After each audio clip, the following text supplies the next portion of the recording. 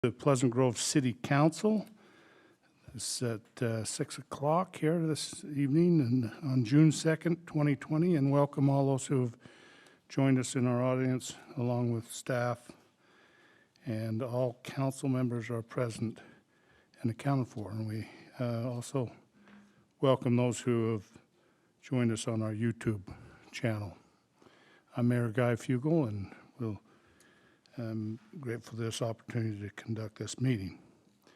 We'll start out this evening with a pledge by our Director Wilkins from our Rec Center, after which opening remarks will be given by a Councilmember, Diana Anderson. We all rise. Repeat the Pledge of Allegiance after me. I pledge allegiance to the flag of the United States of America and to the republic for which it stands, one nation, under God, indivisible, with liberty and justice for all.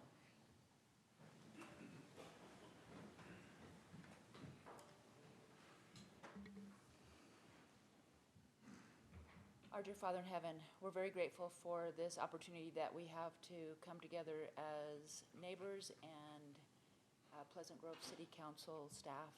We're grateful for the opportunity that we have to talk about those issues that will impact Pleasant Grove in the long run. We ask a special blessing that as we have the conversations, that we will be inspired to make those decisions that will be best for the citizens. And we say these things in the name of Jesus Christ. Amen. Amen. Thank you, Tyler and Diana. We'll now ask for approval of tonight's meeting agendas. Do we have any changes, Scott, to our agenda this evening? No, Mayor. Mayor, with that, I'll make a motion to approve tonight's agenda. Okay. And I'll second. We have a motion. We have a second. All in favor, say aye. Aye. Any opposed? Motion carries. I'll now move to our open session and invite anybody in our audience that would like to come forward and address the council at this time can do so. Okay, I don't see a rush for the podium. We'll now close our open session and move on to our item number 6, our consent items this evening, A, B, C, and D, and ask for an E. Ask for a motion on our consent items this evening. Mayor, I'll make a motion to approve tonight's consent items. Second. We have a motion. We have a second. All in favor, say aye. Aye. Any opposed? Motion carries.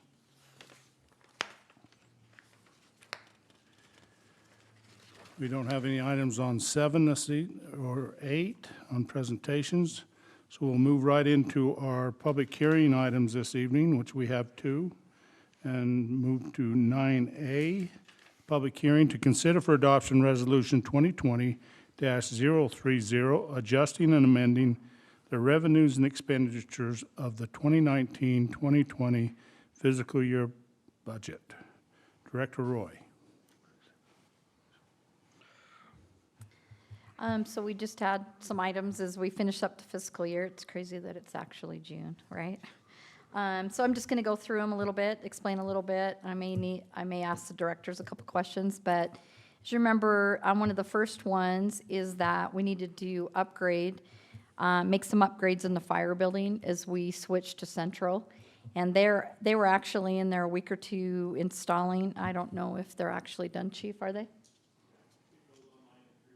Okay, so yeah, we knew about that expense. It's just what we needed to appropriate the money to be paying for that. So the next thing is as you've seen, we're getting to the end of our City Hall remodel, which I think turned out really good. Lots of different things, and it's amazing what new paint and carpet does, right? And so we'll be finishing that up. We had originally had $450,000 that we had taken from our capital funds over a year ago, and we need the additional $197,520. And those monies came from general land fund land sales and some insurance premium savings from last year. They're going to be used to finish that up. The next is the American Fork Waterline Project that we talked about. That'll actually be coming out of water fund balance. That's $100,000. The next one is in our risk management fund. With COVID, we may have more unemployment than we had expected. We usually only have a few claims, and we only pay if we do have our employees who are entitled that. So we've put, I don't think we'll need that much, but I wanted to make sure that we had that covered as we have as the claims come in and we pay that. The next one is, the next two are actually one for the swimming pool and one for the community center. Just wanted to make sure that we had spending authority. I don't think we'll need this. It would come out of fund balance, but I just wanted to make sure, because if we go into, if we don't have the budget authority, then we actually end up with an audit comment in our CAFR. I don't think we're going to need that, but I just wanted to make sure with some of the unknowns that we've had. So that's why those two are there. If we don't need it, it just stays. So that's all that's on there, and so if you have any questions or... Any questions for Director Roy? If not, thank you. And at this time, I'd like to open up our public hearing for our budget adjustment resolution 2020-030, and invite anybody who would like to come forward and address the council on this. I see no one coming forward, so we'll now bring it back up front and to the council and close our public hearing. And ask the council if they have any other questions at this time. If not, I would ask for a motion on resolution 2020-030. Mayor, I'll make a motion that we adopt resolution 2020-030, adjusting and amending the revenues and expenditures of the 2019-2020 fiscal year budget. Okay, we have a motion by Councilmember Anderson. Do I have a second? Second. Second by Councilmember Bullock. This will be a roll call vote, and we'll start with Councilmember Anderson. Yes. Councilmember Bullock. Yes. Councilmember Jensen. Yes. Councilmember Lemone. Yes. And Councilmember Williams. Yes.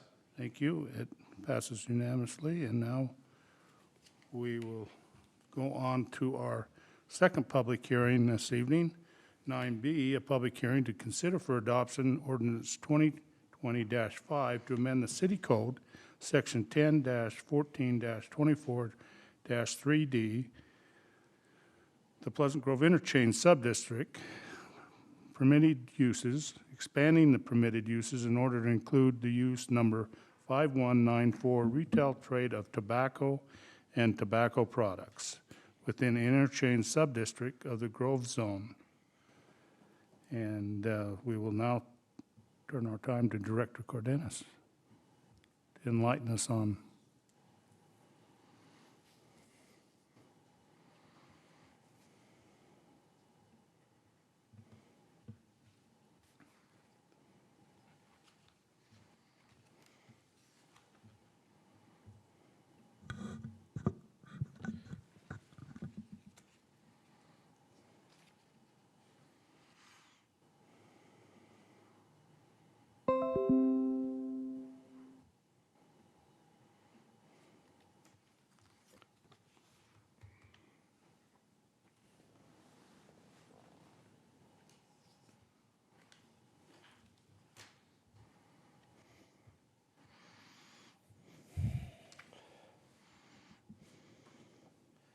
There you go. Mayor, Council, as usual, it's a pleasure to be here in front of you guys. It's been quite a while, huh? A couple of meetings since I haven't been here in the podium. But today's item, as the mayor introduced it, it's the proposal that we have right now on the table is for the inclusion or adding of a new use. The use is 5194, the retail of tobacco and tobacco products into the permitted uses of the interchange of district of the Grove zone. I'm gonna use my mouse right here, and I'm gonna show you guys a little bit what are we talking about? What area are we discussing right now, okay? So that's this right here, to locate ourselves. This is I-15, okay? Our city, and I think I've said this a lot of times, but I love repeating this. Our city doesn't have a lot of frontage to the freeway, right? We just barely touch it. And we try to get the most out of it. This area right here that is surrounded by this thick red line, that's what we call the Grove, okay? Now, even within the Grove, we have different areas. For example, we can see this within this yellow line right here. This is where doTERRA is located. We have one color right here, different color a little up, and different color here. Why?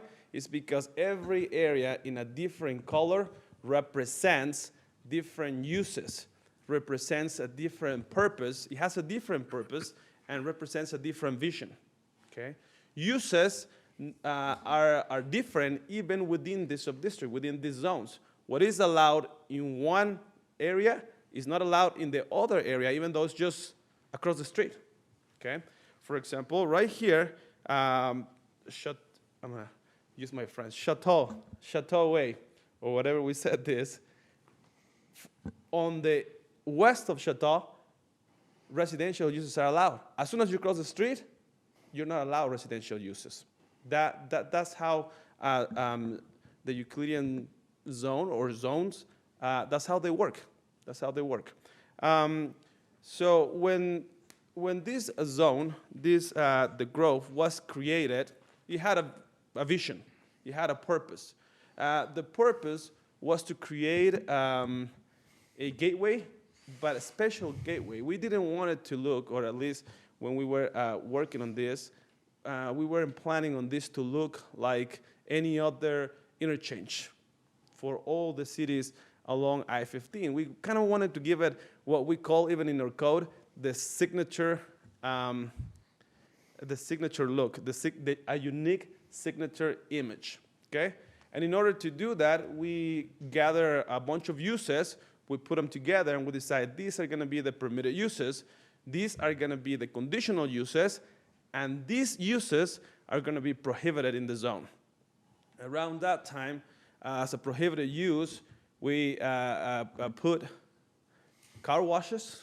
We didn't think car washes was appropriate to be right there. It wasn't what we were envisioned. It wasn't part of the purpose of the zone. And another use, for example, that we decided not to include there was storage units.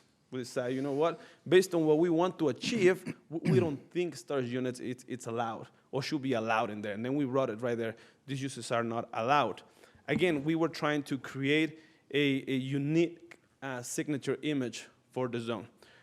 So that's how usually the uses are designated or allocated into a zone. We decide, we have a vision, what do we want to create, what type of atmosphere do we want to see, and based on that, we choose specific uses. At that time, we didn't think that use 5194 was a use that was appropriate to that area right there. So we didn't include the sales of the retail or the sales of tobacco or tobacco products. Now, the proposal that we have, again, the proposal that we have today is just to include that use in the list of permitted uses in the zone. Every single one of these different colors that we have right here in our code, once we go to that, there's a list, a very clear list, and say these are the uses that are permitted. The list usually looks like this. If I can find it.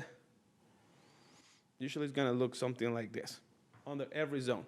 We have them like that, okay? This is just an idea, just some examples of uses that are permitted in the zone. In the interchange sub-district right now, we allow hotels, we allow shopping centers, or that's at least what we were hoping to get. professional services, recently just add the art, drama, music schools. And again, the purpose is of this application is to add 5194, the retail trade of tobacco and tobacco products. Now, what does that entitle? Well, you know, I'm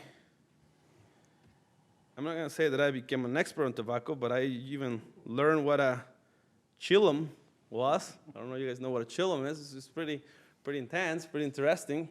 What does the retail of tobacco entitle? What does it encompass? I don't know if that's a word, but the state code defines tobacco products as cigars, cigarettes, tobacco in any form, including chewing tobacco, and any substitute for tobacco, including flavoring or additives to tobacco. So vaping or vape.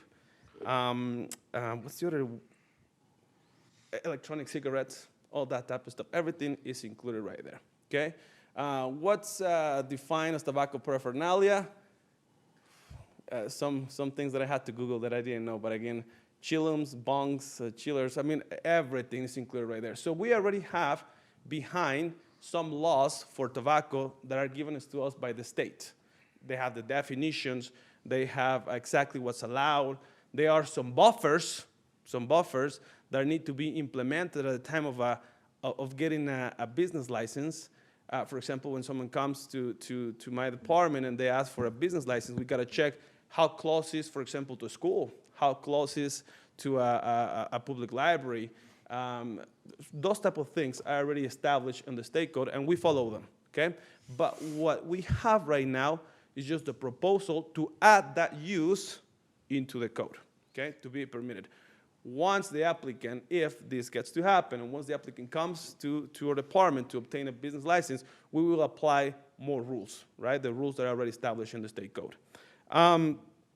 This item went to the Planning Commission a couple meetings ago, and the recommendation from the Planning Commission to the City Council was unanimously of approval of the use. The Planning Commission thought that in regards to the signature image of the grove, we were almost achieved it. We're already there. We're already there. The Planning Commission thought that that the image is already well established. Okay, and also in this zone, let me go back to this. In this area right here, we have a requirement, a very specific requirement that I like to call the 50-50, where we said, hey, 50% of the uses allowed in that zone, they need to be sales tax generating uses. So we limit the uses such as that don't produce sales tax, such as offices, banks, services, and we require retail. And tobacco sales does provide an opportunity for a developer or property owner to meet that requirement of the 50-50.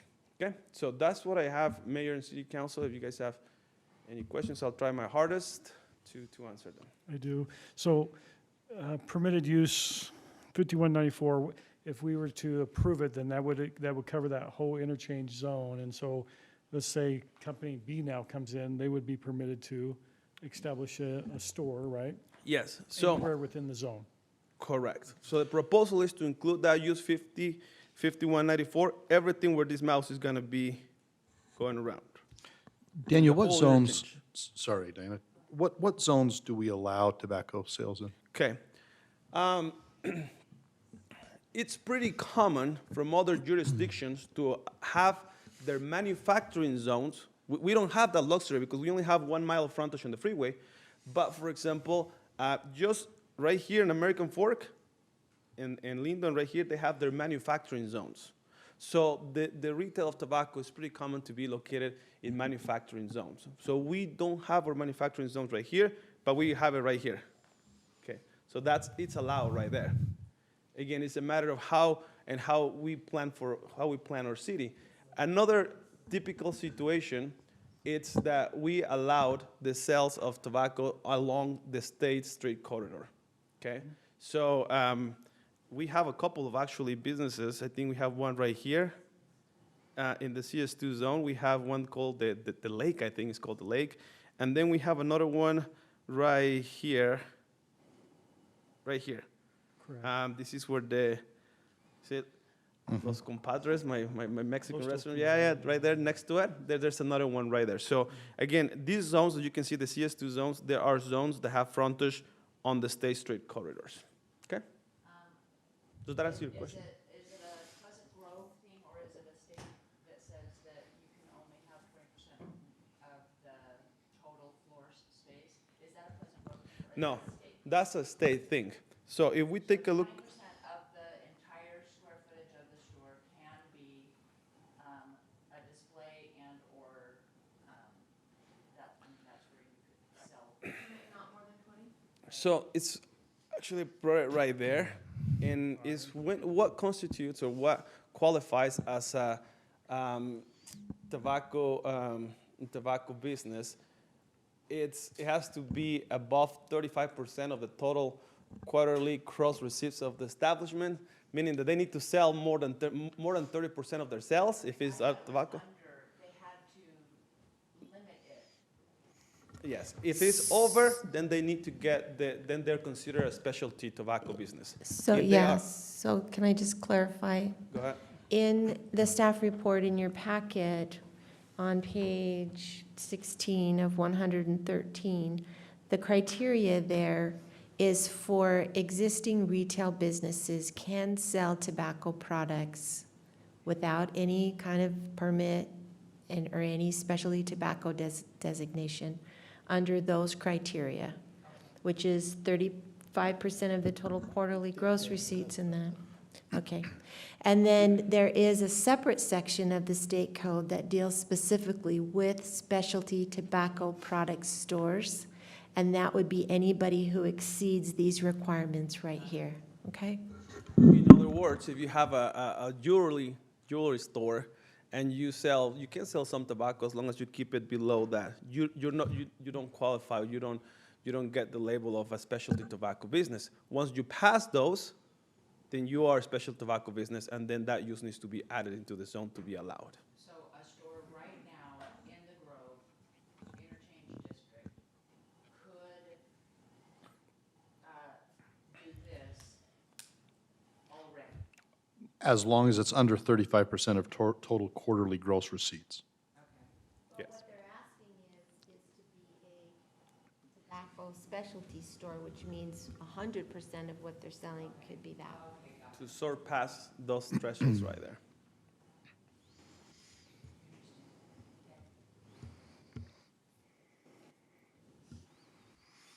Anything else, Daniel? No, Mayor, that's what I have. Any other questions for Daniel? So, I would, this time, open our public hearing up to those who would like to come forward and address the council on ordinance 2020-5.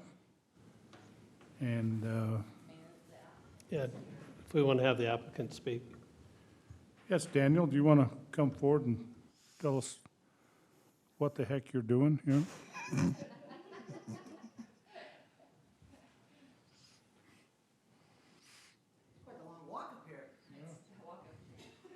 It's been too long. Well, hello, Daniel. Hi. Haven't seen you for long. It's good to see you in good health. Likewise. Did you know who the idiot was that was honking at you yesterday? I did catch that it was you. You caught me ripping out someone's political term. Interesting, I'll have to find out who that was. Had we got it down by then? It was down by then. Okay. Yeah, it was down. Thanks. It's good to be back. Y'all look great. Thanks to Daniel and his team, staff. They've been wonderful. I really don't have anything to add. This is a deal that we've been trying to procure for a while, and I don't want to get into the weeds of that deal because that's not the application. The application is to add a use to a zone, and so bringing in what our deal is that would allow us to do is probably not appropriate because it could be very different from that. I wish I owned 100% of the land down there, but I don't yet, and so you know, somebody else could do something very different than what we intend to do. So I don't have anything to add. I think Daniel's done a wonderful job. It's just a use that would allow us to get potentially a deal. It's not done. It's an existing user up in Park City, that use up in Park City, tenant. They do about $1 million in gross sales every year out of that facility, and so there is an opportunity for some retail sales, but Is it just, in the scenario that you're thinking, is it 100% just tobacco? our deal, no. Like, okay. Yeah. But it could be for the next one. I think Tina is absolutely right, Daniel's absolutely right. It's a use that would be added to a zone, an interchange, and somebody else could do something completely different. Ours would not be, but. Is that fair, Tina? Yes. Okay. Any other questions? Thanks, Daniel, for Thanks, Mayor. enlightening us. So with that, I will now open up, if there's other questions from the council. If not, we will open our public hearing and invite anybody to come forward and address the council on ordinance 2020-5. Daniel has been clearly doing some research. So he has. That's a chill on.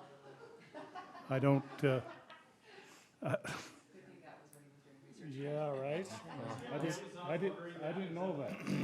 That's a chill on. Well, I'm glad you're, okay. We don't have anyone that's come and approached the council on this public hearing, so we'll now close our public hearing and bring it back up to the council for any further discussion before we ask for a motion. I just have a question. Maybe time for questions past, but Daniel, what was the recommendation from the city? In the plan, well, I know what the vote from the planning commission was, but what was staff recommendation? Against Planning Commission? No, staff. staff. Staff, yeah, right. Not to approve it. So the recommendation from staff was that the use proposed was incompatible with the uses around, so it was a denial. That was the recommendation from staff. And why was that? Again, because the use didn't, at the time when the zone was created, it wasn't included in it for a reason.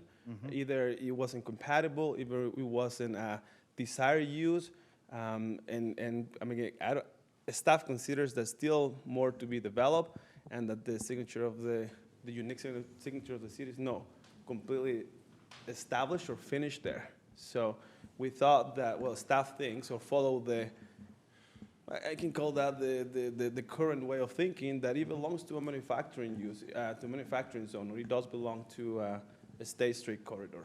And we do allow it in some other zones. We thought it wasn't a good use for that one. Is tobacco products allowed in the industrial zones? Yes. And The the sales, the retail industrial zones, let me just make sure that so we have the, hold on, I get it to where I'm at. Okay. You're right there. It's right here, right? Correct. Okay. And in the CS2 zones, the ones that are. And then up there on State Street. Correct. Yeah, up in here, right there, right? Wait, where's the state liquor store? It's right there. Right here. Yeah. Okay. That's all I have a question. I just had So that yeah, question. that was a proposal of the staff. doesn't give us a It was choice. They just discussed during the stop it and planning say, commission. deal The with same ideas, of exactly what I just told you, I told the planning commission. And the planning commission thought, Cancer? we think that the image of the city is already well established. I And we disagree. thought That's that what it provides for an opportunity to meet the requirement, like I said, the 50% requirement of sales tax. So they discussed, and at the end, the planning commission, unanimously was recommended of approval. Okay. Any other questions for Daniel? I'll be here just in case. Okay. Okay. Thank you. Well, I think we're, any other questions, council? You need to, before we ask for a motion? I think we need to chat about it. We need to chat? Yeah, can I Okay, make start. a statement, not a question? Start chatting. Well, you know what mood I'm in, so you better watch out. If Diana keeps chatting, we'll never get out of here, but, so I'm a little bit hesitant to add that usage into the language of that zone, because there's still a lot of land that hasn't been developed, and I don't think we've defined what that area looks like, and to start adding additional uses at this point, I think would be inappropriate. So would there be some conditions that you would put on that? Because You mean as a percentage? Well, that's a totally different scenario. I mean, we're being asked to vote on this adding use. usages to a zone. It's not being recommended as a conditional use. So Okay. if you, Yeah, if you no, no, I approve understand. it, there's But I was no just wondering if the- conditions. if For him to get comfortable with it, would there be some definition that we could use that would make it more restrictive but also allow it? The problem is if we approve this, and there's just the one gentleman here who wants to do this, Right. what's to stop 3 or 4 others coming in the same area and opening up a shop? So could we put an overlay on No. a certain area where it would only be allowed there? No. Why not? We only have the use before us, it's just this use. We'd have to say no to this use, go back and find a different solution. Yeah, I mean, they're asking to add Once you- complete language, any usage. I know, Once you but say could we this- define it into a specific location in the Later. Grove District? No. Later on a different So that use. is not before you tonight. Yes. If I- you wanted to do that, you would deny this ordinance and direct staff to do something different, to work with the property owner to do something different. The other hurdle that we have to consider when we're dealing with this specific type of use is it is regulated by the state. So the definitions of what it is we're doing is state regulated, is defined in the state code. So is there an opportunity to create some sort of an overlay on a specific piece of property? I don't know, we could explore that. We have done that for other things in the past, but that's not what's in front of you tonight. So I personally am okay with it. We have the state liquor store, we have Starbucks down there. I mean, if you're talking, if this is just a health and habitual thing, we've already, I mean, that's a moral judgment on us, and we've already got it down there. You have See, I don't think holiday- this is a you mor- have this isn't a- holiday oil. This is You not a have moral. holiday oil. What's This that, is- Beer? Yeah, You have holiday oil. I know. That's a Yeah, smoke shop. Yeah, this isn't a moral versus immoral. This has nothing, this Okay, has so then it- appropriate uses in zones. So that word appropriate is a moral decision. No, it's not. I'm not gonna have a oil rig down there either, right? Right. It's specific uses in zones that make our city, livable, right? Has nothing to do with the type of product, it has nothing to do with the type of industry. It's, we want this type of a look and feel in that type of a zone versus industrial, versus manufacturing, versus residential. So for me, there's a lot of other areas that this type of a shop can go into that probably fits its usage a little bit better. I agree with Todd. This is not a moral issue at all. You get off the freeway, the vision when this was first set up is to have a specific look when you get off the freeway. This was not intended at that time. And I don't think it ought to be added. Because what's to stop if this is approved? Once it is approved, we can't pull back. And if somebody else comes in here and says, I want one, and I'm going to have a bigger one, and this is the problem that we have. But I also believe in the fair market, where if you have a product to consumption, there is a supply and demand, and somebody's not going to open more if there's not more traffic. And if this is about money and about sales tax revenue, then I agree with the planning commission. So I don't know why we would limit it, other than a moral judgment. So I think we have 2 vape shops, smoke shops in the city, right? I don't know how much they pull in, the sales tax. We have to be very careful, because I remember when I first became on the council, we went through the uses for our grove. And we went through it line by line, right? And said, what do we want to, now, Daniel's product may be great, right? What he's wanting to bring in, but like it's been stated, we're opening this whole zone, interchange zone. If we say yes to this permitted use, we're basically saying, okay, open the floodgates, and it's game over. As far as if you wanted certain uses out there, it's game over, right? Because you've already permitted that use to come in. I think there's a workable solution. So we don't have a, No, it has nothing to do with it. It has nothing to We're do- flattening the ability Yeah. of regulation in different zones. And this- That's all it is for me. the state liquor store, we have no choice really on that, right? Correct me. They came down and said, guess what? This is where it's going, right? We have no choice that it's sitting there. I mean, it's just there. Probably great sales tax revenue for us, but other than that, we had really no choice So on it. would you be interested in an overlay of a certain? I think there's business or another employee? solution besides saying, open the floodgates. I think there's a At- solution to at that. some, if that area had built out a little bit more, and we knew what was gonna go in there, and we knew I mean, right now, there's a lot of things going in, but I think we gotta keep the tide that we set a couple of years ago when that zone was created.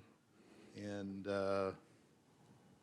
So to me, it's not, to me, it's the permitted uses, but there's probably a solution that we can put both Daniels together and find a solution on this. But to come in and just say, here's your wide open, permitted use of 5194, go at it, I don't think that's the solution for our interchange.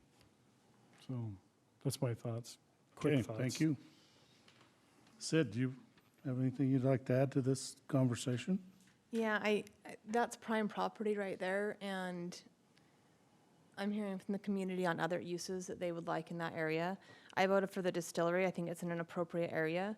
I'm not against bringing in, stores like that in the appropriate area. Every square foot that we have down in the Grove, shopping, retail, restaurants, we need to save it for those uses. But I'd be very open to helping them find a location in an area of the city where it's currently permitted. Any other comments from the council? I guess my only question is, how would we then proceed if we? I'll address, I Okay, think I know. all right. Okay. We have 2 avenues to go. Yeah.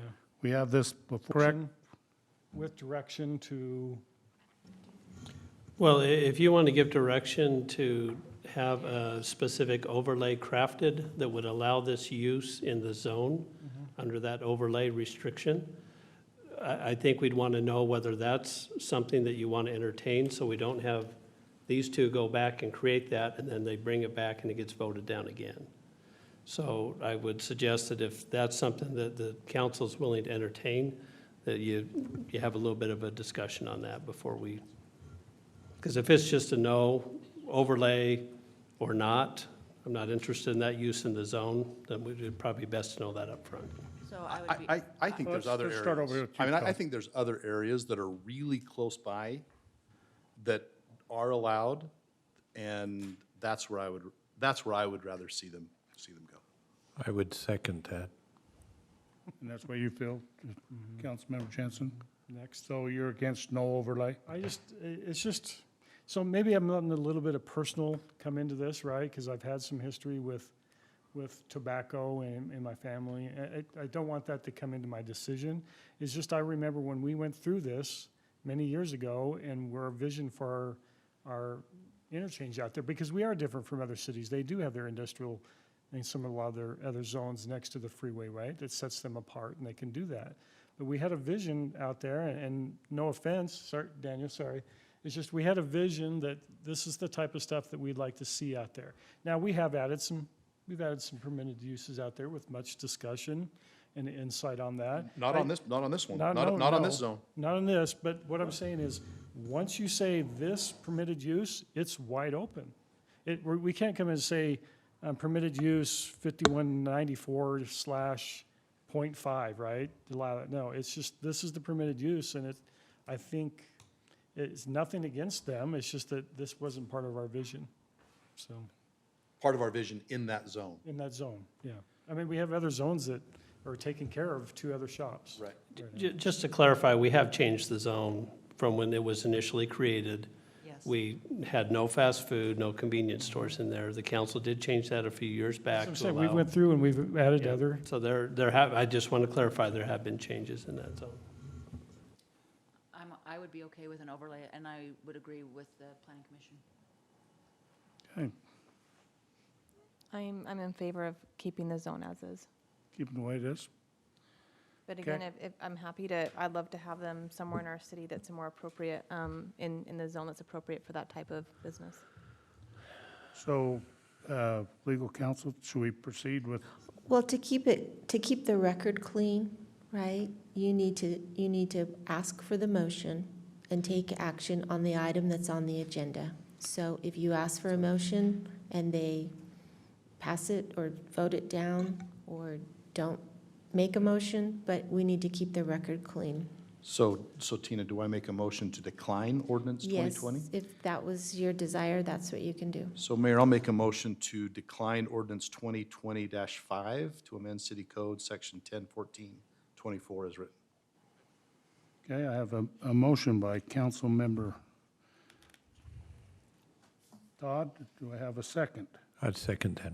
I have a second by Councilmember Bullock, and a motion by Councilmember Williams.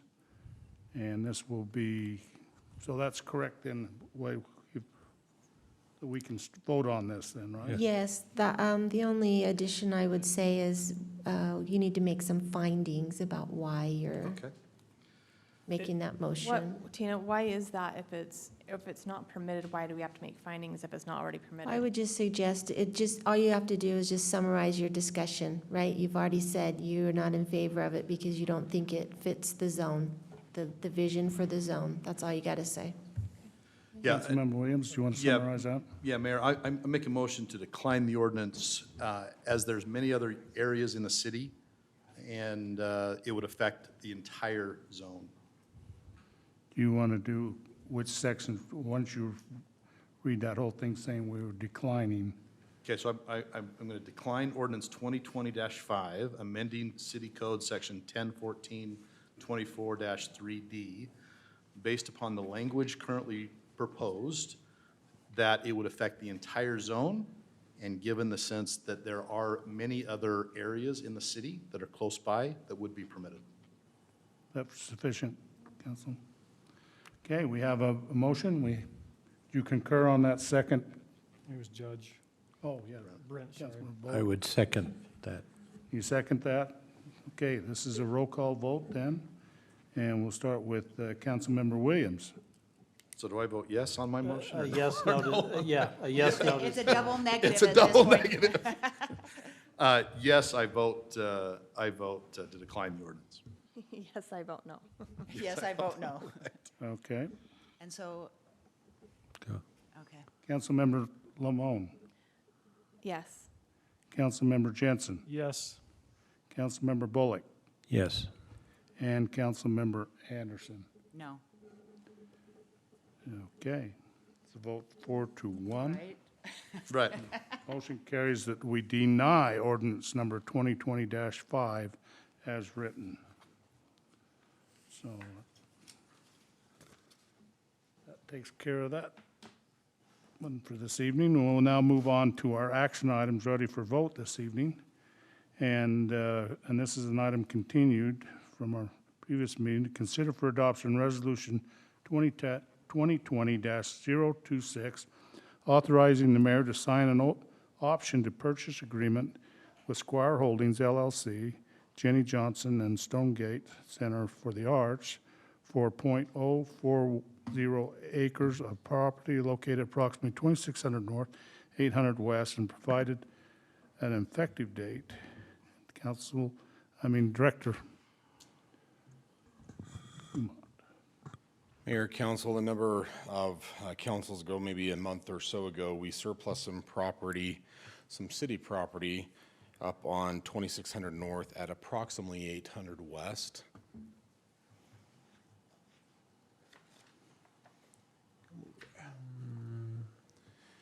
If you remember, the city owns about 2.2 acres or so here behind the Stonegate property. The intention of that property was purchased for the purpose of a storm drain detention facility for a drainage channel that comes down through that area and comes across 2600 North. We had two property owners that are adjacent to this site approach the city and ask if there was any property there that was maybe not necessary or not needed for that detention facility. And as we looked into it, we considered the overall grade of the property, how it would function. The reality is that this is actually fairly steep of a ravine that comes into kind of a lower area on that property. It's probably from the parking lot at Stonegate down to the bottom, probably 15 feet or so of elevation, maybe even 20 feet. And so it's fairly deep of a ravine through there. As we looked at that, the most important value to a storm detention would be against the east side, because that's where the flow is and you'd back it up going back to the west. Essentially, the determination was made that there was some excess property there. However, there would be some impacts to our detention facility if we did that, meaning we would probably have to build a little bit higher berm. We would probably have to have a little bit come into those properties. And so as we looked at that, we took all of that into consideration. We have looked over, and what's before you tonight is a sales agreement. The next two items, one is for Squire Holdings, which is the Stonegate property, and the other one is for Brad Fryer, who is the property owner just to the north of that, here on the property. Essentially, they wanted to just acquire the property available as straight across from their property, so it kind of made sense and kind of finished out their properties and squared everything up. And so essentially what that does, if we kind of zoom out here, this is 2600 North and this is 900 West. Essentially this is the 0.57 acres or approximately that we've identified as available. And what we did is we took the boundary line of Brad Fryer and divided it here. The blue here showing it would be what would be dedicated to Brad Fryer, and the purple is what would be dedicated to Squire Holdings. Essentially, the agreement, we felt that they're getting a fair market value for the property. The two other things that we had concerns about, or at least costs with, is the overall development of these surveys and what was needed and the time and expense there. And so we considered that into the cost of the property, as well as the cost of the future development of the detention basin based on an estimate of additional land work or earthwork that may have to be done in order to accommodate a little bit smaller footprint. With that, you can see the purchase agreement before you. We felt comfortable with both of these. Maybe just some of the terms, just to clarify for the record, the property being sold to the Squire Holdings LLC is actually a platted lot. And per our ordinance, we're not allowed to subdivide property without going through the subdivision process. As part of this sales agreement, we're requiring that Squire Holdings parcel be included within the development of that plat that exists today. So this agreement requires that within a certain period from the time of closing, that they combine that parcel by a revised plat, amended plat. It'll probably be through a plat vacation process, and combine it into the original lot that is there. So we don't want to have a separate parcel that gets lost. Somebody forgets to pay taxes, and now we've got a nuisance parcel that has no access to it.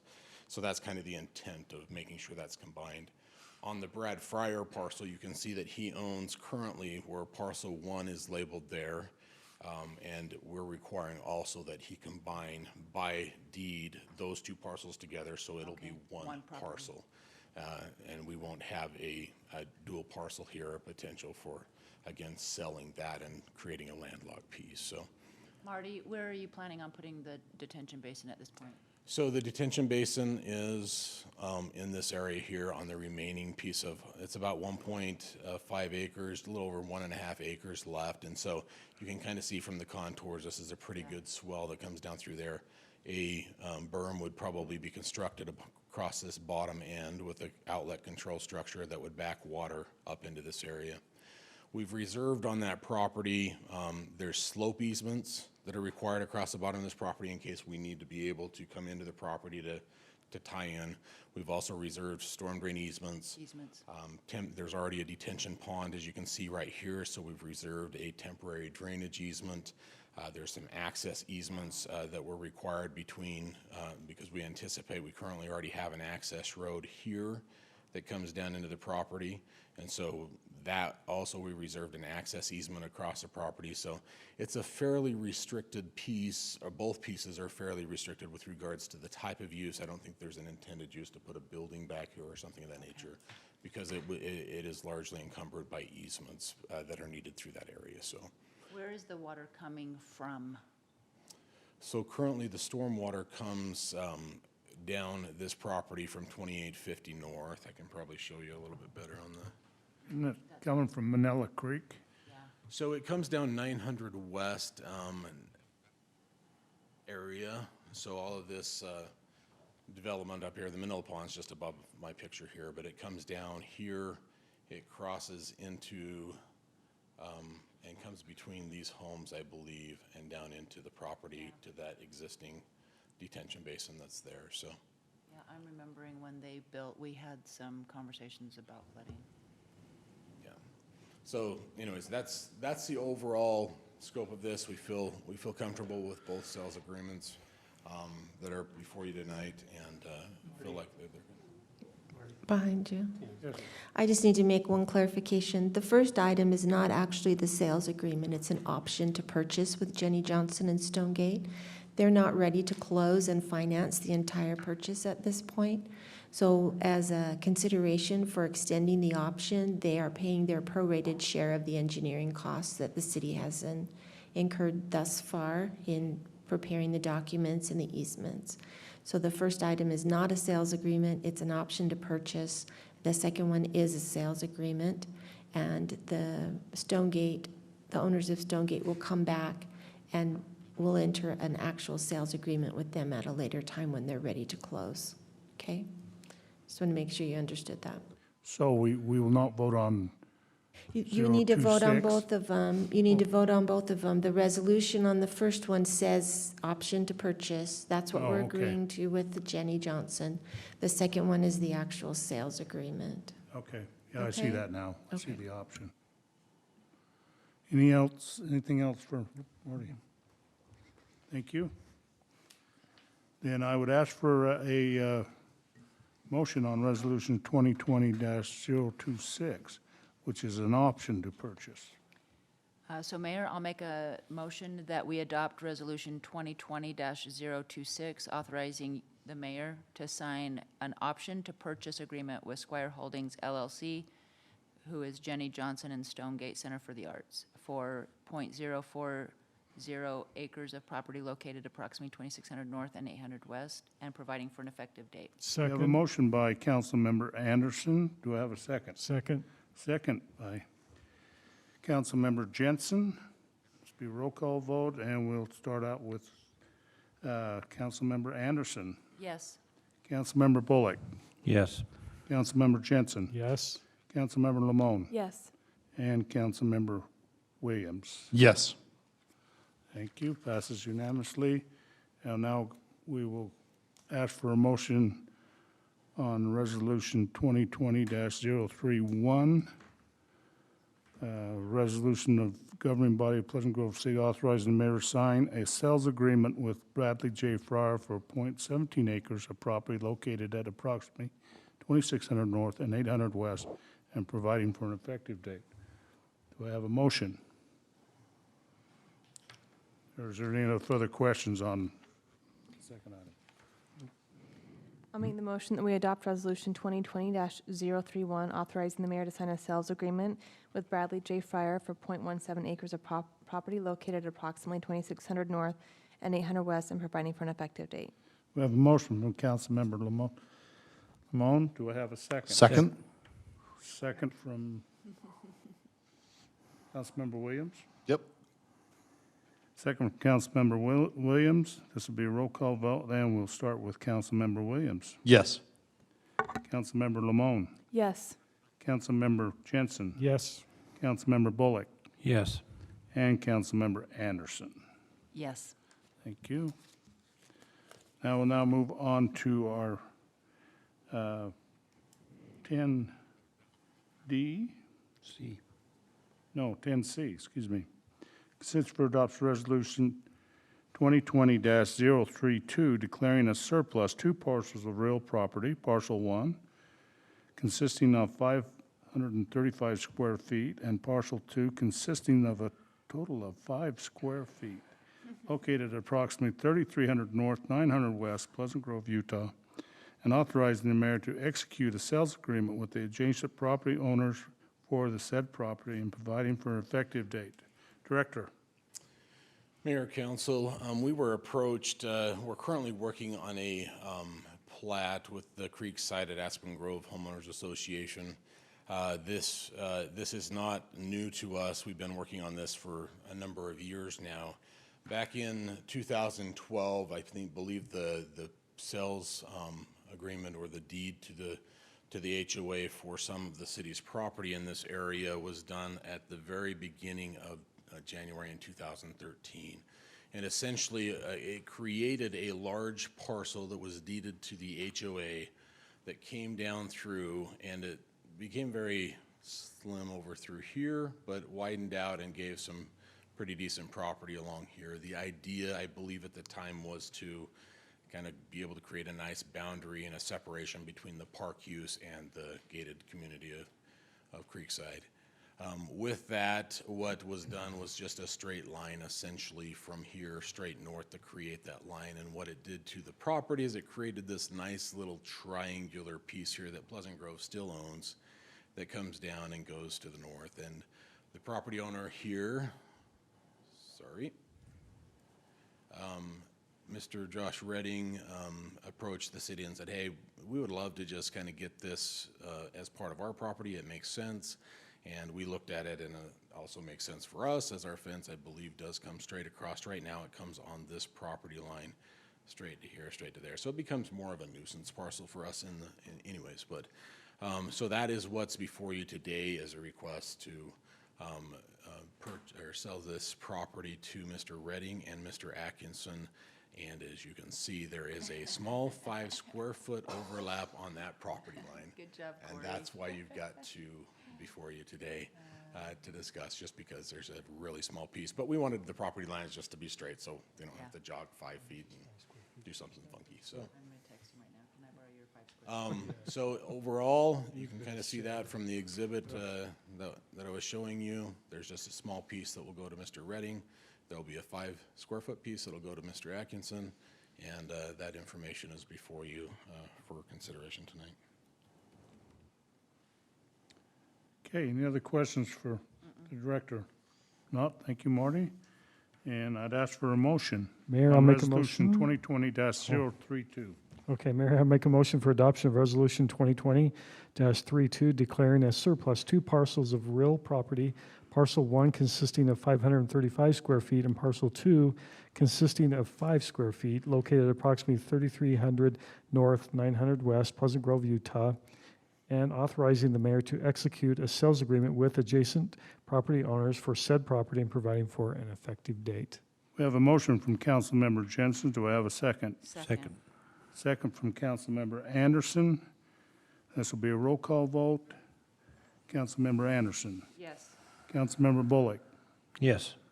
Councilmember Jensen. Yes. Councilmember Lemone. Yes. Councilmember Williams. Yes. Thank you. Passes unanimously. And we'll now move on to our next item, 10D, to consider the request of Josiah D. Redding for a 16 lot final subdivision plat called Quickside at Aspen Grove, Plat C, on property located approximately 463 west, 3300 north, in the RRPD Rural Residential Zone, Manila Neighborhood. Director. Mayor, Council, this item's before us as kind of a revision to a previous plat that was approved that never got finalized and recorded, I believe, from 2017 timeframe. Essentially the same with the different of the surplus property that we just discussed and a little bit of a boundary change on their access up here at the top end.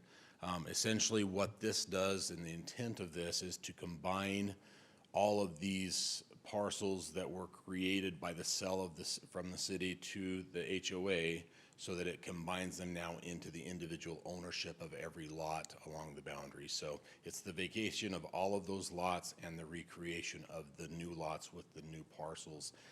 They've also, from the original plat, added one additional lot to the HOA on the north end here. The only controversial thing that probably should be discussed a little bit is with regards to a ditch along the boundary. And we had been working with regards to what some of the property owners, there's a ditch and it is close to the boundary in a number of locations and crosses the boundary, which we were not aware of in a couple of locations. And the HOA has asked whether or not there was any way to have on the plat something with regards to how they could potentially relocate the ditch as long as it's per our standards and requirements, and be able to accommodate a fence if somebody wanted to fence in their property, if they had an issue or if they wanted to create a fencing. This essentially was modified and discussed with Pleasant Grove Irrigation Company, who's the owner of the ditch. We do discharge our Manila Creek Pond into this ditch, as well as there is some very small amount of stormwater at 9th West and a little bit as we cross the road there at 3300 North that comes into the facility. But it is a major facility. It is a facility that we both use. But working with them, there was some discussions about how could there be, you know, if somebody wanted to put up a fence and the ditch is running next to the fence or crosses the fence, would there be any modifications allowed?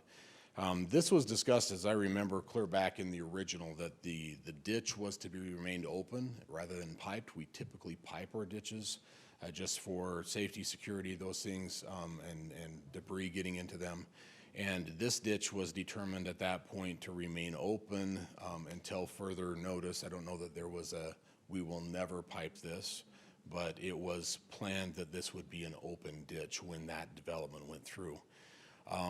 What this plat does is it clearly defines where the ditch is located and where the easement for the ditch is. It also defines an opportunity that if somebody determined that they wanted to fence their property and this ditch is within 3 feet of that property line, that they would need to relocate the ditch per the Pleasant Grove Irrigation Company board approval and Pleasant Grove City's approval to a location that is a minimum of 5 feet away from the fence. So the issue has come in a couple of situations where some property owners that are adjacent to this site, which are bordering it now to the west. It's a brand new development that came in the last couple of years. They're building homes, and it appears that some of the ditch does encroach into their property across the boundaries of what the city used to own. There was never a survey that identified that. If at some point one of the property owners wants to relocate the ditch so that they can put up a fence, then this gives them the ability to relocate it 5 feet onto the property where we have an easement to do that, and then it would function in that location based on approval from, again, both Pleasant Grove Irrigation Company and Pleasant Grove City. And then they would build a fence crossing the ditch? So this is really a fence, so it's running north and south, and the fence would run parallel to the ditch. Okay. So right now, it does in places, there's like 3 places it crosses over and then crosses back into the property that was sold to Creekside. The reason we originally kept that property was because of the ditch. Right. When we sold it with the understanding that we would be getting easements and a protection for that area. but it appears, based on the most recent survey, that there are a couple areas where it goes over that property line. And we don't have easements on the adjacent property necessarily to run on that property, so. On the east side, On the east side, on the west side of the, on the west side. yeah, back into those other properties. And so, right now, we're not proposing to go in and modify the ditch. I think that those property owners enjoy that or would like to have access to that. We don't plan on doing that. However, if for security reasons or other private party reasons, they would like to relocate that ditch and put in a fence, everything would be at their cost and per direction from both us and PGIC, but that they would be able to do that. Again, I don't know how many people once, I think the original concern was that before that developed, it left their whole west boundary unfenced and there was potential for people to walk into the property if they jumped a field fence. Now that there's a new development there, nice new homes, I mean, these aren't little tiny homes. These are big $750,000 to $1 million homes that I've seen are built along there. If they desired to put up a fence between them for some other reason, then at least it would be moved into the easement that will be provided on the plat, a 30-foot easement, and they would have to go according to our standards. So, sorry, I hope I'm not rambling on. I just wanted to make sure this has been an issue. We've had a couple of people that are directly adjacent to this that have asked the question. This is what we feel comfortable recommending as a proposal that would allow a relocation of that ditch between both parties, and then that would happen at some future date when they determine they would like to put in a fence. Marty, has any consideration been given as to, as the major stockholder in the Pleasant Grove Irrigation Company, Pleasant Grove is, as to how much water loss there is by that? The reason why I asked that question is I was representing the irrigation company at one time, and they did a study and found that there was between 30 and 55% of the water that's in that ditch that is lost. Now, as a city, that would be concern as we talk about droughts. Sure. And is there any consideration as why there's no piping of the ditch? Let me just, before you answer that, sure.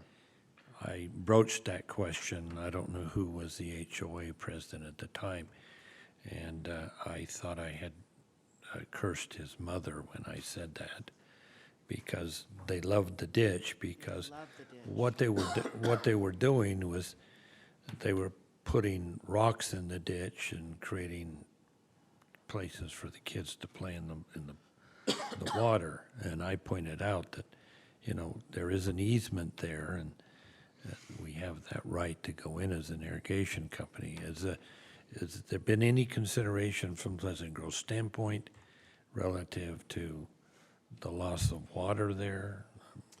Brian, I don't know with regards to the loss of water that this is a location that we're seriously concerned about. I'm not aware, I haven't heard from the irrigation company recently, that there is now further up on the mill ditch is a project, mainly when you come out of American Fork Canyon, that's still called the mill, right, all the way down into town, and it comes through that ditch.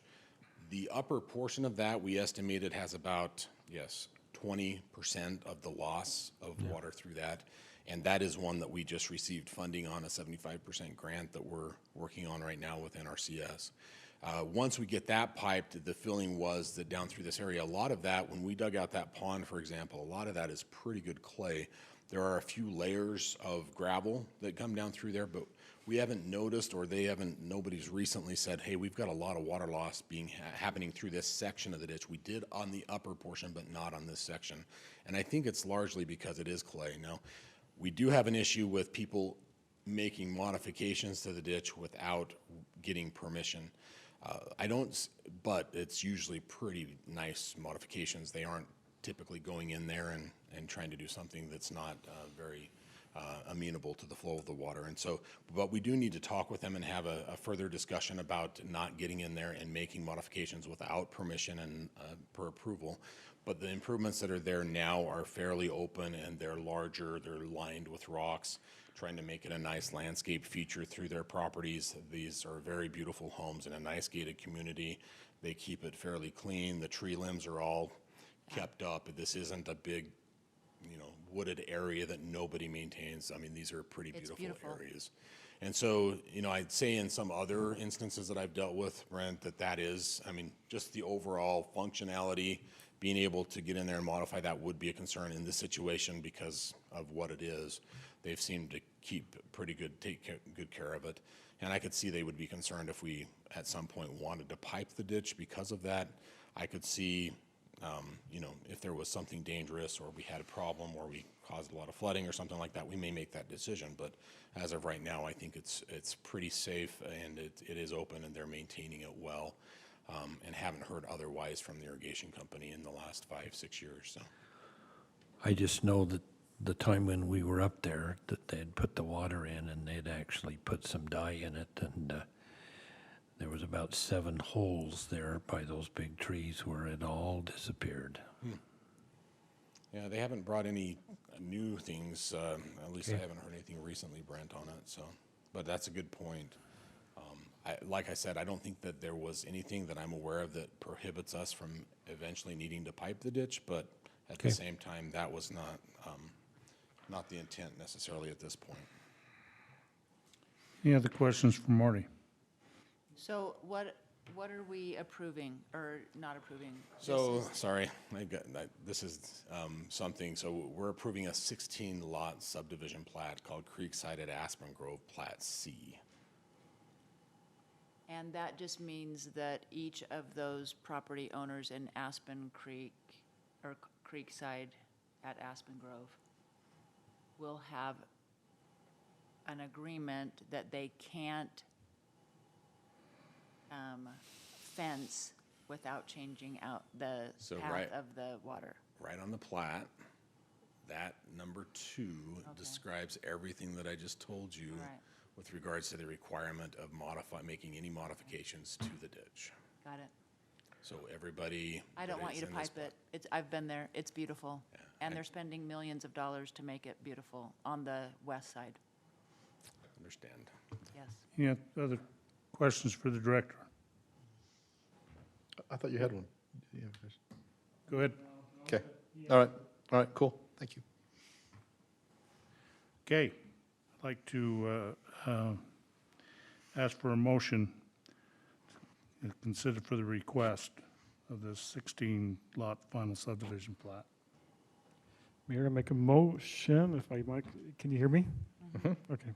Mayor, I make a motion for adoption of Resolution 2020-33, authorizing the mayor to enter into a street improvement and participate. 32, I think. Am I on the wrong one? Yeah. Yes. D. Oh, sorry, D. I'm just getting ahead of myself. Can we just move that? Mayor, make a motion for approve the request of Joshua D. Redding for a 16-lot final subdivision plat called Creekside at Aspen Grove, Plat C, on property located at approximately 463 West, 3300 North in the RR Rural Residential Zone. I have a motion by Councilmember Jensen. Do I have a second? Second? Second by Councilmember Williams. All in favor, say aye. Aye. Aye. Any opposed?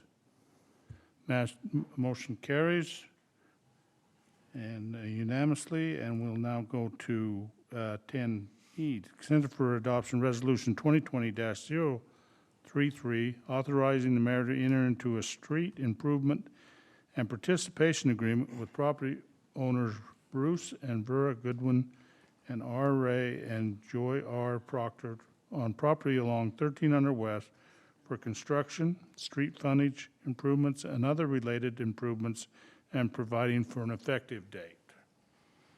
Mayor, Council, this item's before us due to the 1300 West reconstruction project that's been approved. Essentially from 1300 West, on 1300 West from 100 South down to Pleasant Grove Boulevard will be constructed to its full pavement width of about 43 feet of pavement. Along that, there are 2 current residents that are impacted that we need to deal with a little bit differently than the rest. The Proctors here, Ray and Joy Proctor, live here on the corner. Their son Jason lives here, and the Goodwins live across the street on this parcel. Both are very, very long-time residents of Pleasant Grove, much longer than I've been alive, actually. So they've been here forever. They've lived on Proctor Lane forever and love the area and love their homes and their property. Many years ago, I don't remember how many, 15 or so, they subdivided off a piece of property here. And the Proctors built this home, and with that, they posted a bond for construction of the curb, gutter, and sidewalk, and here we are now finally going to do that. Wow. With that, though, there was a little bit of dedication needed here on the property in order to get the radius constructed for the ADA ramp here. So the idea here is that there will be new curb, gutter, and sidewalk that comes around this corner and down to the south end of Jason's property. And this is regarding the Proctors agreement first. We'll start with that one. With that, we also, there is quite an elevation difference here that needs to be dealt with. Well, the bigger issue is the access location is very unsafe in its proximity to this intersection. We don't want people backing out of this, and that currently happens. And it's very hard. Also, they put their blinker to turn here, but everybody thinks that they're turning up here and come out in front of them. They've mentioned a few concerns with safety on the road as well, just knowing that it's an issue. With that, then we're needing to be able to get their garages on this north side of their house.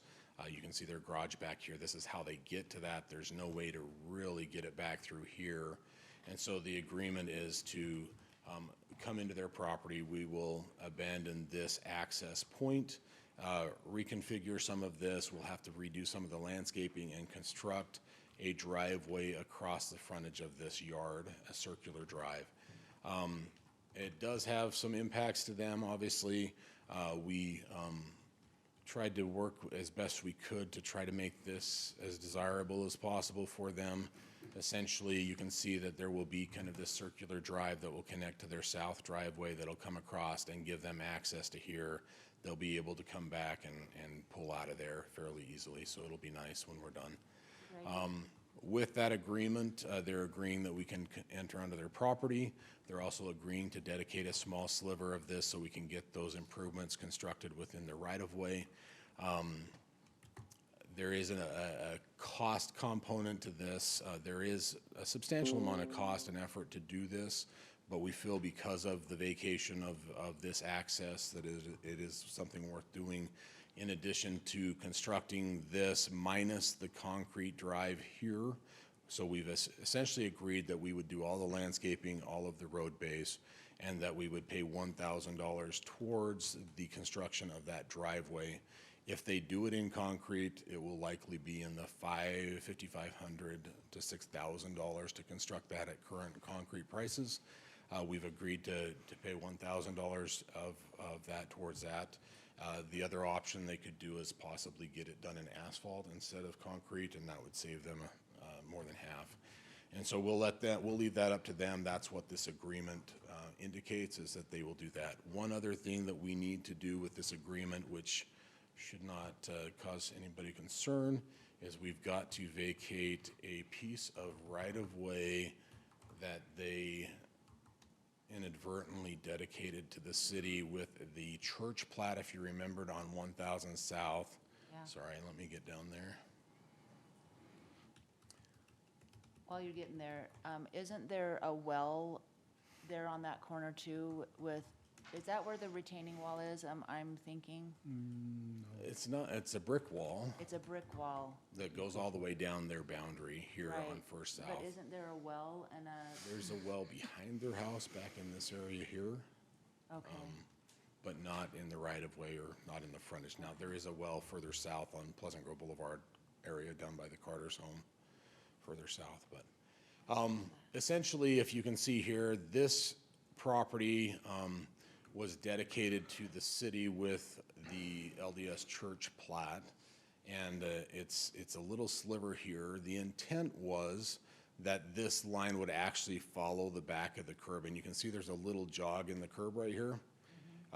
That was dedicated with that church plat straight across, and it actually goes through a portion of their garage and was not intended to do that. When Rockwell originally did this, they created enough right-of-way there so that we wouldn't have to acquire more right-of-way. That being said, part of this agreement is that we would, again, vacate that back to them. We wouldn't be vacating any of the necessary right-of-way, but we would be vacating back to the needed right-of-way along that boundary. So we'll be going through that process with this. Again, we're getting the right-of-way we need here on the corner for this radius and that other. So that's the Proctor agreement. So Marty, if that property down the road were to be sold for commercial use, would that curb and gutter need to be ripped out at that time, or can we use it for other use? It's like, once it's there, it's permanent, it's good no matter what the use is there? I would say that this is our current planned build-out use, so this is a collector street, and we're building it to the collector street with what's being constructed. Not to say that something couldn't change and that becomes a wider necessary width. Not anticipating that, but that could happen in the future. But right now, it's going to be what's needed and what's been constructed through Cambry and Pemberley and all of those other homes. It's a little bit narrower because we don't want parking in the right-of-way. Whereas up on those ones, it's a 50-foot right-of-way instead of 43, which allows for parking, so. Okay. But yes, I think we're getting it to what we need for now and to that collector street width. On the good ones on the other side of the road, we don't currently have all of the right-of-way needed there. There is a deed of right-of-way needed. As you can see, this back line, that was deeded with the Willow Tree development. We need approximately that much more from the good ones as well.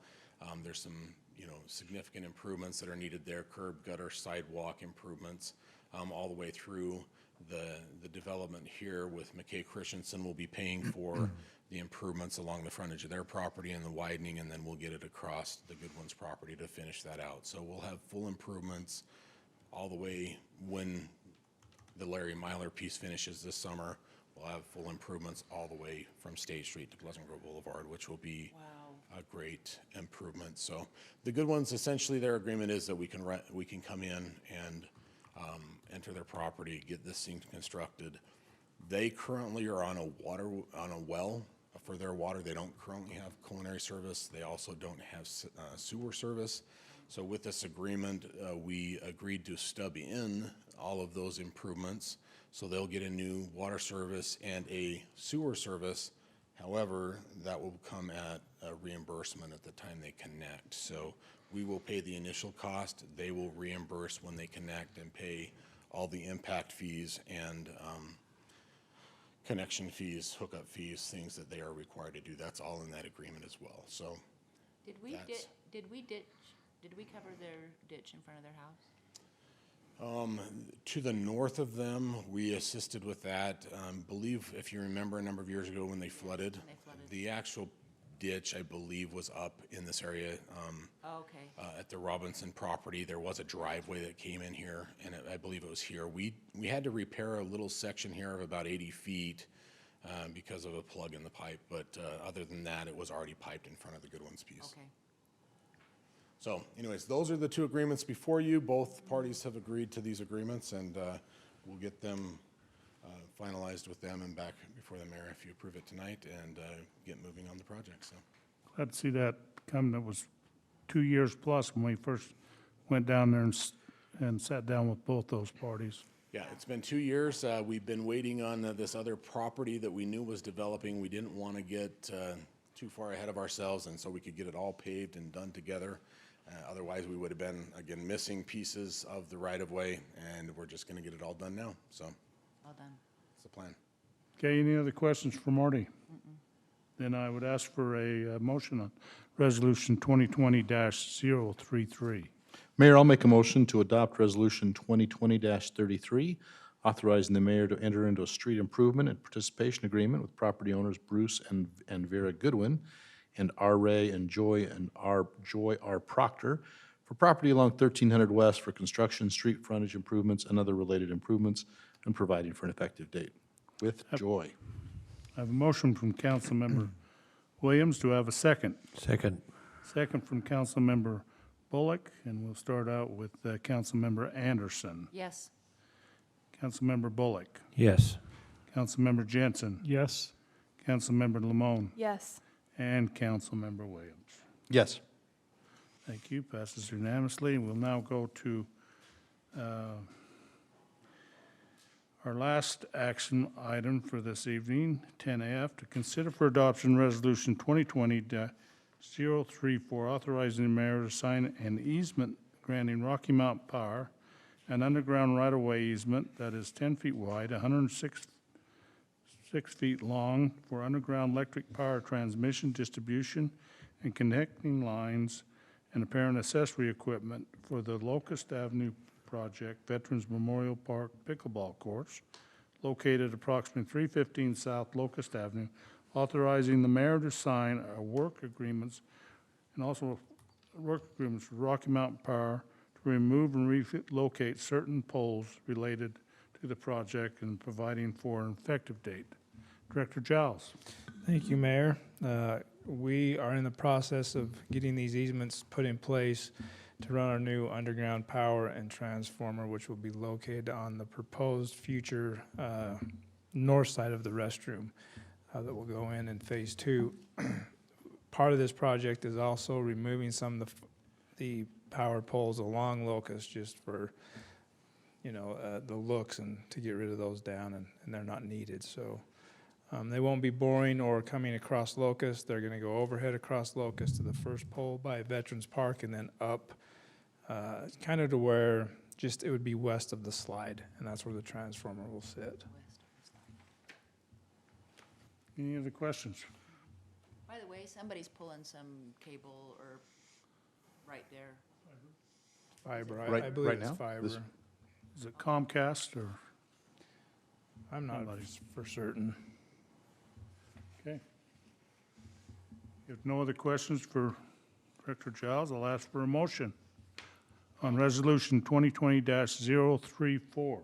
Mayor, I'll make a motion that we adopt Resolution 2020-034, authorizing the mayor to sign an easement granting Rocky Mountain Power an underground right-of-way easement that is 10 feet and 106 feet long for underground electric power transmission, distribution, and connection lines, and pertinent accessory equipment for the Locust Avenue project, Veterans Memorial Park pickleball courts located approximately 315 South Locust Avenue. Authorizing the mayor to sign work agreements with Rocky Mountain Power to remove, relocate certain power poles related to the project, providing for effective date. We have a motion from Councilmember Anderson. Do I have a second? Second. Second from Councilmember Jensen. And we'll start out with Councilmember Anderson Yes. and Councilmember Bullock. Yes. Councilmember Jensen, Yes. Councilmember Lemone, Yes. and Councilmember Williams. Yes. Thank you. It passes unanimously. Thank That you. concludes our Was that what it was? Where was I? I didn't see that. action items for this evening. Tina's trying to throw words in there. And so we will continue on with things we didn't accomplish in our work session, and would ask our fire chief to come forward and give us a briefing on how things are going. Chief Thomas.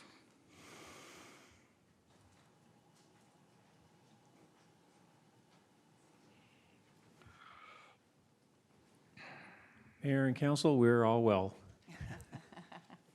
Stay that way, would you please? Yeah, we just do what we do every day. So really, things are doing well. We are excited to have the alerting system installed. We're just waiting for the system to be installed in other stations that are with Central.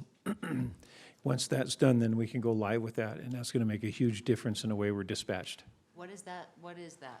So it's a dispatching system. It's electronic based, and it is a huge improvement on what we've had. And so it is much more automated. and will be much more direct. It's an excellent system. We wish we could have started with that, but we're actually blessed on the backside of not having put that in. It would have cost us over $100,000 to put it in initially when we had our own dispatch and we had to put it in the station, where Central has covered much of the cost. I think we're into this maybe $10,000. Wow. So we're getting that entire system for a pretty good price. So we're very excited about that. Other than that, we're good. Thanks, Chief. Okay, thank you, Chief. Chief Roberts.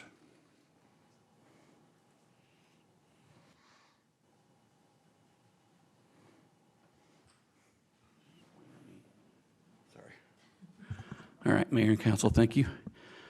We had a meeting this morning with all the chiefs and the sheriff kind of about the protests. And so basically what's going on in Utah County, we're a little bit worried that everything's going to kind of flow down into Utah County because of the curfew and all the stipulations that they're putting on up in Salt Lake County. They're slowing them down a little bit. And they're okay to protest, and that's fine, but it's when they cross the line as far as the violence and the aggression. And so we met this morning. Basically, every department in the county's got so many officers on, whatever they can afford at any given time on standby. So we've got some intelligence officers that monitor the social media pages, kind of to see where, you know, what hotspots are going to boil up. Orem had a protest today that was pretty large. It was at University Parkway and State Street. It was supposed to be at the mall, and they ended up at the Parkway. And their goal was to get out into traffic and stop the traffic, stop traffic completely on the Parkway, and Orem was able to get UDOT's traffic division out there, those trucks that you see on the freeway, and completely reroute traffic off of the Parkway, and it took away their goal completely. So it took away kind of everything they wanted to do, which ended up being really good. So Provo's got another big one coming up on Friday night.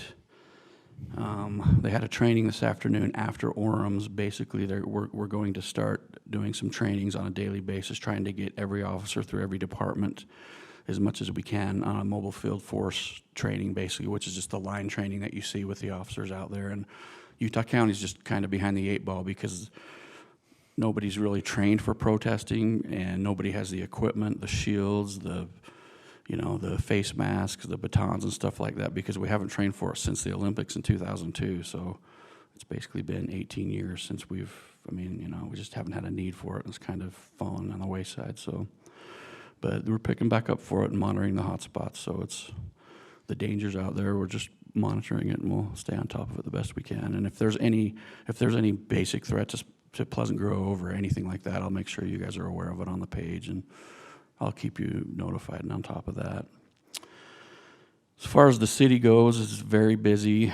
The Sticky Finger Gang has hit us really hard in the last 2 weeks. We've had a huge spike in vehicle burglaries and garage thefts. And Is it literally a gang, or are you just like saying that? no, I'm just saying that. Oh. It's like the wet bandits from Home Alone. They've shot up big time, mostly in the daytime too. It would shock you that most of our vehicle burglaries in the daytime. It still blows me away what people leave in their cars. People don't lock their cars. They don't lock their So they're garages. hitting cars parked out in front of the house. Yeah, actually one of the hot spots is the top of Grove Creek. People parking up there to go up on the trail or go up. Oh, really? Yeah, so we've got some extra patrol going on there. Some of our unmarked cars up there, but it's just everywhere. And I mean, you leave your garage open for 30 seconds. If you're actually not in it, your golf clubs are gone or whatever's in there. It doesn't take more than 30 seconds for someone to pull up and run in there and grab your. And you just be amazed at what people leave in their car. So tell your neighbors to lock their doors and keep their garages shut if they're not in it. And I put a thing out on our Facebook page. Share it on your page if you can. It's just some good advice on little things. And people just don't think about it until something happens to them, and then it becomes a huge deal. And I mean, the smallest thing can make it a really bad day. Never happens. So Are those just pretty much going to the pawn shops and? Yeah. We monitor the pawn shops pretty good. That was the question. The problem is our detected vision. It's really hard for them because it's the pawn shops, but we monitor those pretty good. But you've got Facebook Marketplace and KSL, and I mean, to stay on top of all those all the time, it's really hard, especially when there's so many of them and you have so many items that you're trying to track. Chief, what do you suggest if you walk out and you see someone stealing something out of your car? You walk out to the garage, you see someone, like, do you approach, do you call? I mean, what do you do? Call 911. Just go back in, Yeah. don't try and Get a description. If you can get a license plate, that's the biggest thing. Something that we can track and follow up on if they make it out of there before we can get there. But yeah, I mean, it depends on who you are. Depending on who you are, you could approach, but I wouldn't. I'd be really careful on that. Okay. People are crazy nowadays. Especially if it's during the day, you could be unloading groceries.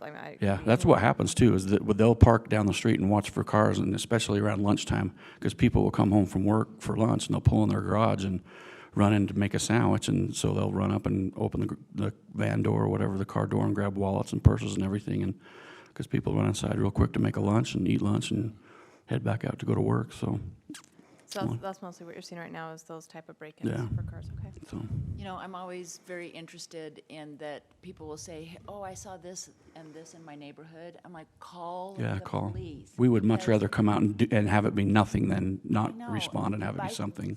We have to get the residents over this fear that their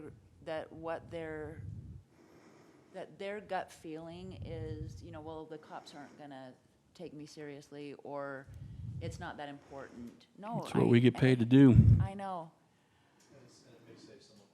Yep. It may save another one, right? Right. Stops the crime. Or so. solve a whole bunch of them. I mean, Yeah. usually when we stop one, and there's a trunk full of stuff that they've just stolen, so. Yeah. But if you see something and you have a gut feeling that it's not right, Call. just call, Yeah. because you can assess If the it turns out to be situation. nothing, it's nothing, no big deal. Anything else for Chief Roberts? Very, very grateful. Thank you for the No. updates. It's been very crazy, and I have loved knowing that we had some very good leaders who were teaching and instructing our force. I think the thing that was very sad to me was also that we had the death in Ogden of the Yeah, officer. that was unfortunate timing. It was, and then I put out a flag on my front lawn, and somebody said, was that for George? No, it was for the officer in Ogden. Yeah. But it just made me mad that that was just It was too bad. tumbled over. Yeah, really sad. Is there anything we can do to help you right now with No, we the just- planned activities coming up and the rioting that We we just can help you appreciate your with? support. Thank you. We have it. Who was behind our, everything on The heart the attack? hearts there, the heart attack there? Was that? You know, I don't know. I've been in meetings all day, so I haven't had a whole lot of time to be around the building, It so. was a cute little family in a. I saw them yesterday, about 6:30 as I was leaving, they were putting them up, and there was like We four. had a lot of really positive four girls. responses on social media and a lot of support, That's so pretty cool. it's been really good. It's really great. Got a good community. Okay, Thank you. thanks. Chief. Thanks, Chief. Director Roy, do you have anything more for us tonight? Kathy, you have anything? Tina, do you have any? No. And Kyler, the person who lives in the meat locker. The cold in there? Oh, yeah, it's the best place to go. Is that is how in- you like it, or just you? Oh, he loves it. It's just the way the temperature works there, so. So anyway, Scott, do you have anything in about our next council meeting on the 23rd? Yeah, so 23rd, right now, work session is Utopia. We might have another item or two for that.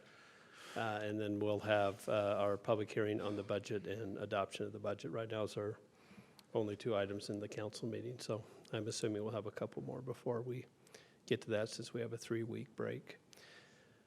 Just want to bring up that this time of year, we normally clean up Main Street. We do a mayor, council, executive staff, and we show up and clean up, usually in anticipation of Strawberry Days. So I was just walking Main Street, looks like it could use a little help, so. We need a street. I'm in.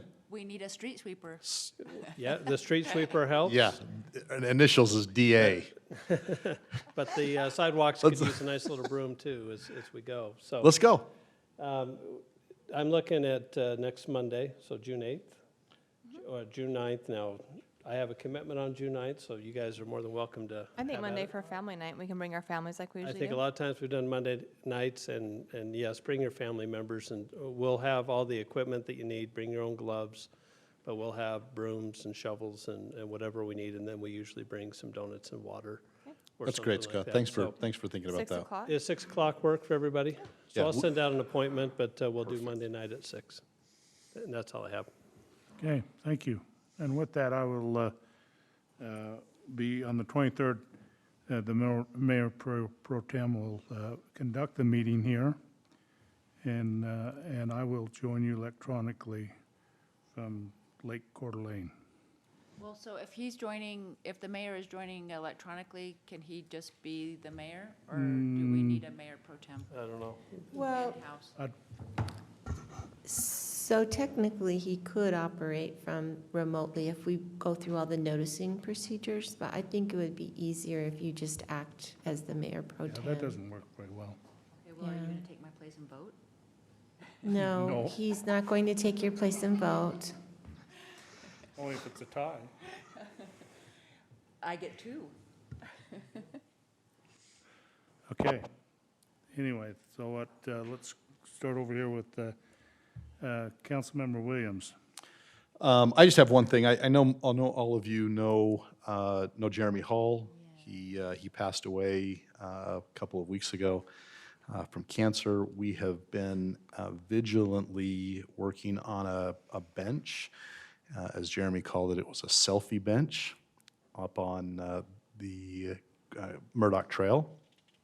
We've been working with Dion and the county. Dion's been great to help us source what we needed, and that's that memorial. Memorial service is my words. Those aren't Heather, his wife's words. A celebration of life on Saturday at 10 o'clock, and where we're going to have, through the generosity of many, many citizens and friends of Jeremy, we've been able to secure a very, very nice engraved cutout bench that has his name and picture and date and I Choose to Live logo. And I got to be careful or I'm going to get emotional, but that's Saturday at 10 o'clock in remembrance of him, and many residents are involved, and would just invite anybody here to attend Saturday at 10 o'clock. So where at are they going to be on the trail? It's going to be 1100 North at Murdoch Trail. The Wade Springs Trailhead. Exactly. right? Okay. Yep. And come, like, you can walk, ride your Yeah, bike, like, either one. okay. Yep, we're going to be handing out creamies, and there's going to be balloons and T-shirts, and just a way to celebrate Jeremy and I his. love that. That's his such an life. awesome way to remember someone. So, for those that don't know, Jeremy's the reason why I'm here tonight. I remember So- that night. Yeah. Thank you. Councilmember Jensen. Councilmember Anderson. All right, I just have one really quick thing. I was approached by a resident. We do have residents that are doing really good things, and she became aware of the Navajo Nation during COVID has really suffered in the southern part of Utah, and she found out that they didn't have wood for fires and for cooking. And so she is collecting wood through all of Pleasant Grove. She contacted the public works guys that are doing the city cleanup, and they've got a spot where they're collecting wood. She's gonna load it up, and she's gonna drive it down to Blanding area.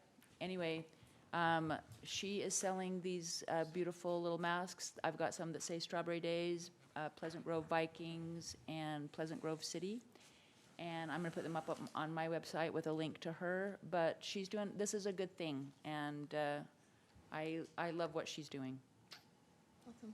Will you let me know when you post that? Yep. Thank you. Councilmember Lemone. My son's been at the pool for the past 2 days. And then I got a text from a resident who said, by the way, we're at the pool, and I almost cried when he walked in. It's like the first normalcy we've seen in months. I love it. So, and that was one of several that I received. So well done. I know that's hard to, the social distance and everything going on there that we're trying to, you know, just people, I think. And then someone else sent me a picture lying out the door. Just people, I think, are just craving to get back to normal, and they're cooped up inside. So thank you for everything you guys are doing to library, pool, where, you know, every department in the city to get us back to normal.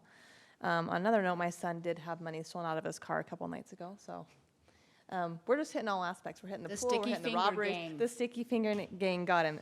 So now he's learned that he needs to lock his car at night. So, but I know that, we just, for the most part, we live in a safe area, but behind the scenes at night, when I've, did a ride along years ago, there's some, we can't take anything for granted in our police force, and we need to be vigilant ourselves. So I'll be happy to spread that message. But that's all. Thank you. Councilmember Bullock. I don't have anything. Thank you. So, well, that leaves me here. I've vowed not to have my hair cut until we go to green. And if you haven't noticed or not, but, You're going to be willing. well done. But maybe after You could be somebody wi- reading, maybe I'm gonna have to get it cut this next week or something. You could be Pa- Willie Paula Nelson may by have the to- time this thing's Paula over. may have to hold you down, huh? So that's, You have a you know, ponytail soon. I was waiting for a ponytail hair, just, or somebody, I don't, Please don't do it until after Coeur d'Alene. you know, I used to wait for my good mother to say, I think it's time for you to have a haircut.